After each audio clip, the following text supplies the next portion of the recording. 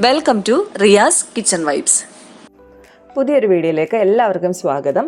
ഇന്ന് ഞാനിവിടെ തയ്യാറാക്കാൻ പോകുന്നത് ഒരു ചിക്കൻ ബിരിയാണിയാണ്. ചിക്കൻ വറുത്തിട്ടാണ് ഇന്നത്തെ ബിരിയാണി നമ്മൾ ചെയ്യുന്നത്.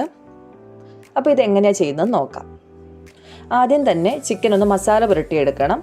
ചിക്കൻ എല്ലാം നന്നായിട്ട് കഴുകി ചെറിയ കഷ്ണങ്ങളായിട്ട് മുറിച്ച് വെച്ചിട്ടുണ്ട്. ഇവിടെ ഞാൻ കൂടുതലും ലെഗ് പീസാണ് എടുത്തിരിക്കുന്നത്. ഇതൊന്ന് വരഞ്ഞും കൂടെ കൊടുത്തിട്ടുണ്ട്. കഷ്ണങ്ങളിലേക്ക് മസാല പിടിക്കാനായിട്ട് ഇങ്ങനെ വരഞ്ഞു കൊടുക്കുന്നത് നല്ലതാണ്. അപ്പോൾ ഇനി ഇതിലേക്ക് ആവശ്യമായിട്ടുള്ള മസാല തയ്യാറാക്കാം. അതിനുവേണ്ടി 1.5 ടേബിൾ സ്പൂൺ കാശ്മീരി മുളക് പൊടി ചേർത്ത് കൊടുത്തിട്ടുണ്ട്. എരിവുള്ള മുളക് പൊടി ചേർക്കണ്ട, കാശ്മീരി മുളക് പൊടിയാണ് കളറ് കിട്ടാനും നല്ലത്. പിന്നെ ഇതിലേക്ക് 1 ടേബിൾ സ്പൂൺ മല്ലിപ്പൊടി ചേർത്ത് കൊടുക്കാം. 1/4 ടീസ്പൂൺ മഞ്ഞൾപ്പൊടി, 1/2 ടീസ്പൂൺ ഗരം മസാല, ഇത്രയും ചേർത്ത് കൊടുത്തിട്ടുണ്ട്. ഇതിലേക്ക് ആവശ്യത്തിനുള്ള ഉപ്പ് ചേർത്ത് കൊടുക്കാം. ഇനിയും ചേർത്ത് കൊടുക്കാൻ പോകുന്നത് കോൺഫ്ലവർ ആണ്. ഇത് മസാലയൊക്കെ നന്നായിട്ട് പിടിച്ച് ഇരിക്കാൻ വേണ്ടിയിട്ട് ഇത് ചേർത്ത് കൊടുക്കുന്നത് നല്ലതാണ്.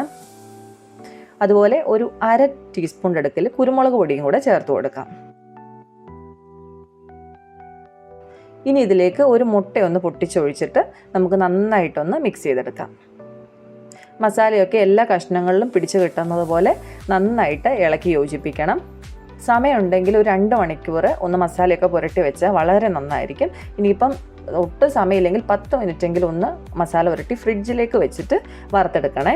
നിങ്ങൾക്ക് ആവശ്യമുണ്ടെങ്കിൽ ഇതിലേക്ക് 1 ടേബിൾ സ്പൂൺ തൈരും 1 അരമുറി നാരങ്ങയുടെ നീരും ചേർത്ത് കൊടുക്കാം. പക്ഷേ ഞാൻ അങ്ങനെ ചെയ്യുന്നില്ല, അല്ലാതെ തന്നെ നല്ല ടേസ്റ്റ് ഉണ്ട് ഇത്. അപ്പോൾ ഇതൊന്ന് റെസ്റ്റ് ചെയ്യാനായിട്ട് വെക്കാം. ഇനി ഈ ചിക്കനൊക്കെ ഒന്ന് വറുത്തെടുക്കാം. അതിനുവേണ്ടി പാൻ വെച്ച് അതിലേക്ക് കുറച്ച് സൺഫ്ലവർ ഓയിൽ ഒഴിച്ചു കൊടുത്തിട്ടുണ്ട്. എണ്ണയൊന്ന് ചൂടായി വരുമ്പോൾ ഇതിലേക്ക് ഓരോ കഷ്ണങ്ങളായിട്ട് വെച്ച് കൊടുക്കാം. ഹൈ ഫ്ലെയിമിൽ വെച്ച് വറക്കരുത്. അങ്ങനെ വറുത്ത് കഴിഞ്ഞാൽ കുറച്ചങ്ങ് കട്ടിയായിപ്പോവും. നമുക്കൊരു മീഡിയം ഫ്ലെയിമിൽ വെച്ചിട്ട് നന്നായിട്ട് ഉള്ളൊക്കെ ഒന്ന് വെന്ത് കിട്ടുന്ന പോലെ വറുത്തെടുക്കാം. 2 വശവും ഒന്ന് തിരിച്ചൊക്കെ ഇട്ട് നമുക്കിതൊന്ന് ഫ്രൈ ചെയ്ത് കൊടുക്കാം. ബാക്കിയുള്ള ചിക്കനും കൂടെ നമുക്ക് ഇതുപോലെ തന്നെ വറുത്തെടുക്കാം.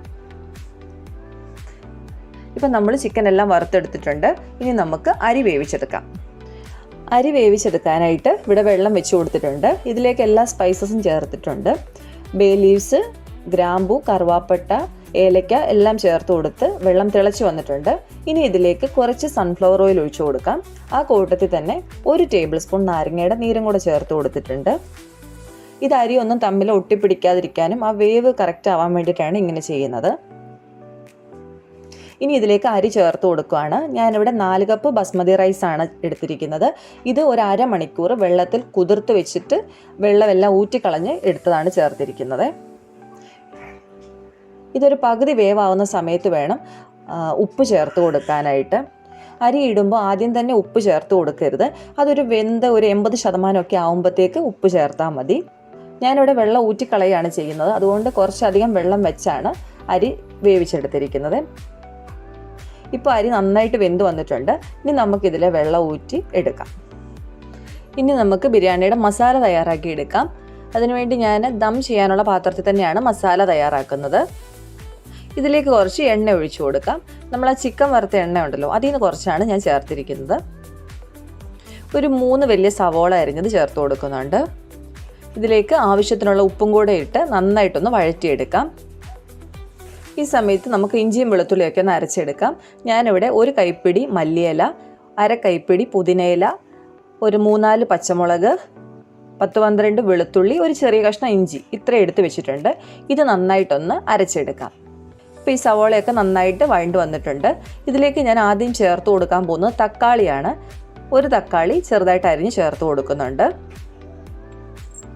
തക്കാളി നന്നായിട്ട് വെന്ത് കിട്ടാനായിട്ട് ഞാനത് അടച്ചു വെച്ചിട്ടുണ്ട്.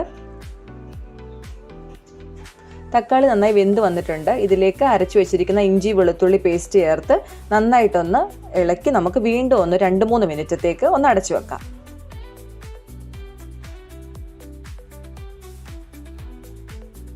ഇപ്പോൾ ഇതെല്ലാം കൂടെ നന്നായിട്ട് ആയി വന്നിട്ടുണ്ട്. ഇനി നമുക്കിതിലേക്ക് പൊടികൾ ചേർത്ത് കൊടുക്കാം. 1/2 ടേബിൾ സ്പൂൺ കാശ്മീരി മുളക് പൊടി ചേർത്ത് കൊടുക്കുന്നുണ്ട്. ആ കൂട്ടത്തിൽ തന്നെ 1/2 ടേബിൾ സ്പൂൺ ഗരം മസാലയും ഒരു 1/4 ടീസ്പൂൺ മഞ്ഞൾപ്പൊടിയും കൂടെ ചേർത്ത് കൊടുക്കുക. ഇനി ഈ പൊടികളെല്ലാം കൂടെ നന്നായിട്ട് മിക്സ് ചെയ്തെടുക്കാം.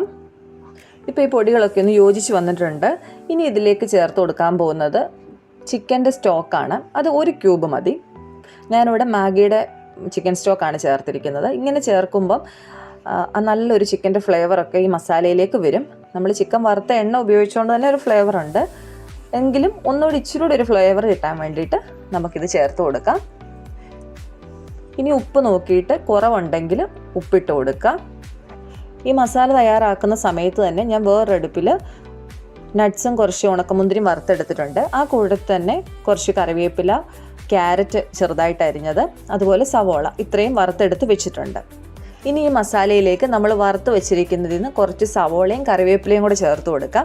എന്നിട്ട് ഇത് നന്നായിട്ടൊന്ന് മിക്സ് ചെയ്തിട്ട് ചിക്കൻ്റെ കഷ്ണങ്ങൾ ഇതിലേക്ക് ചേർത്ത് കൊടുക്കാം. ഒരു ലിഡ് വെച്ച് ഒരു 5 മിനിറ്റത്തേക്ക് ഒന്ന് അടച്ചു വെക്കാം. ഇങ്ങനെ ചെയ്യുമ്പോഴത്തേക്ക് ചിക്കൻ്റെ കഷ്ണങ്ങൾ ഒന്നുകൂടെ ഒന്ന് ജ്യൂസി ആവും. അതുപോലെ തന്നെ ഈ മസാലയുടെ ആ നല്ല ഫ്ലേവറൊക്കെ ചിക്കനിലേക്ക് പിടിക്കുകയും ചെയ്യും. ഇനി ഇതിൻ്റെ മുകളിലേക്ക് നമ്മൾ വേവിച്ച് ഊറ്റി വെച്ചിരിക്കുന്ന അരി ഇട്ട് കൊടുക്കുകയാണ്. അപ്പോൾ ആദ്യം കുറച്ച് ചോറിട്ടിട്ട് ഒന്ന് ലെവൽ ചെയ്തെടുത്തിട്ട് അതിലേക്ക് കുറച്ച് മഞ്ഞൾപ്പൊടി കലക്കിയത് ഒഴിച്ചു കൊടുക്കുന്നുണ്ട്.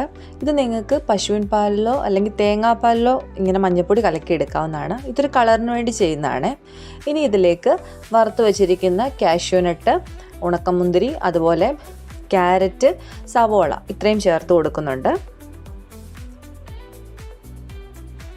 ഇനി ബാക്കിയുള്ള ചോറും ഇതുപോലെ തന്നെ ഇട്ട് കൊടുക്കാം.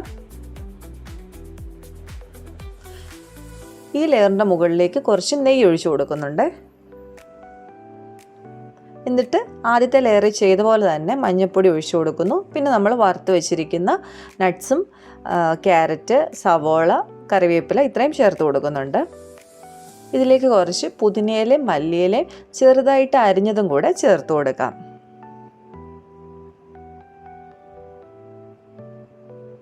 ഇനി ഈ ബിരിയാണി ഒന്ന് ദം ചെയ്തെടുക്കാനായിട്ട് പോവാണ്.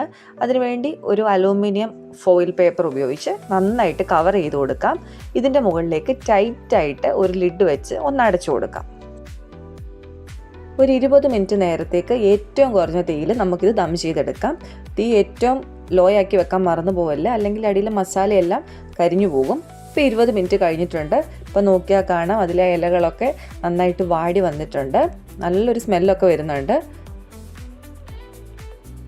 അപ്പോൾ ഇത് എല്ലാവർക്കും വളരെ എളുപ്പത്തിൽ കൂടുതൽ മസാലകളൊന്നും ഇല്ലാതെ ചെയ്തെടുക്കാൻ പറ്റുന്ന ഒരു അടിപൊളി ബിരിയാണിയാണ്. എല്ലാവരും ട്രൈ ചെയ്ത് നോക്കുക.